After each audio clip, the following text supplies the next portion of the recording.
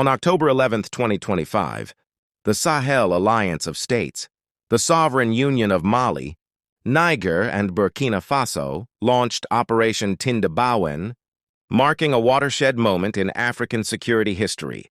The first fully coordinated counterterrorism mission under purely African command without foreign leadership, intelligence backstopping, or external boots on the ground.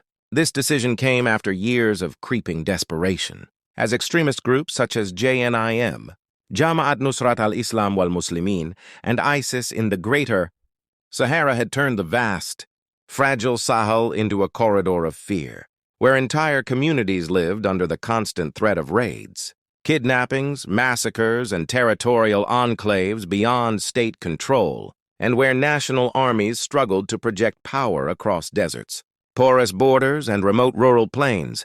By 2024, the horrors had escalated beyond tolerable limits, and the infamous Barcelona massacre on August 24th became a breaking point.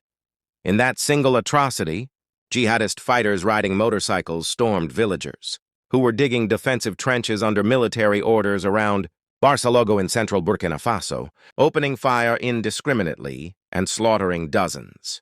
Human Rights Watch confirmed at least 133 dead, including children, and hundreds wounded, while other sources put the toll as high as hundreds or even 600, making it arguably the deadliest massacre in Burkina Faso history, and illustrating with terrible clarity the dangers of relying on civilians for protection and the cruelty of extremist logic that equates defense with guilt.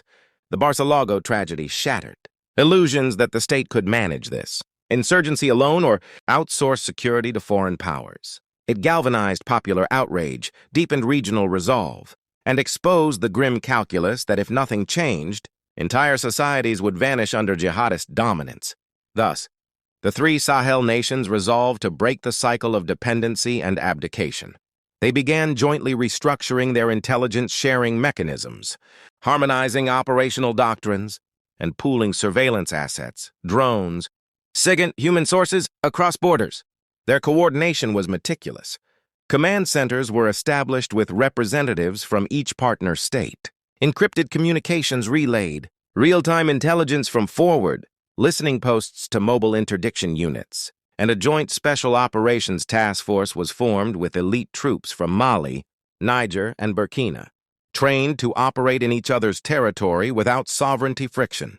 In the lead-up to October 11th, covert reconnaissance lines identified jihadist safe havens, supply lines, transit corridors, and latent sleeper cells. Signals, intercepts, and human intelligence converged to pinpoint a network of staging grounds in the border zone known as Tindibawen, where militants had been quietly consolidating logistics caches, motorcycle fleets,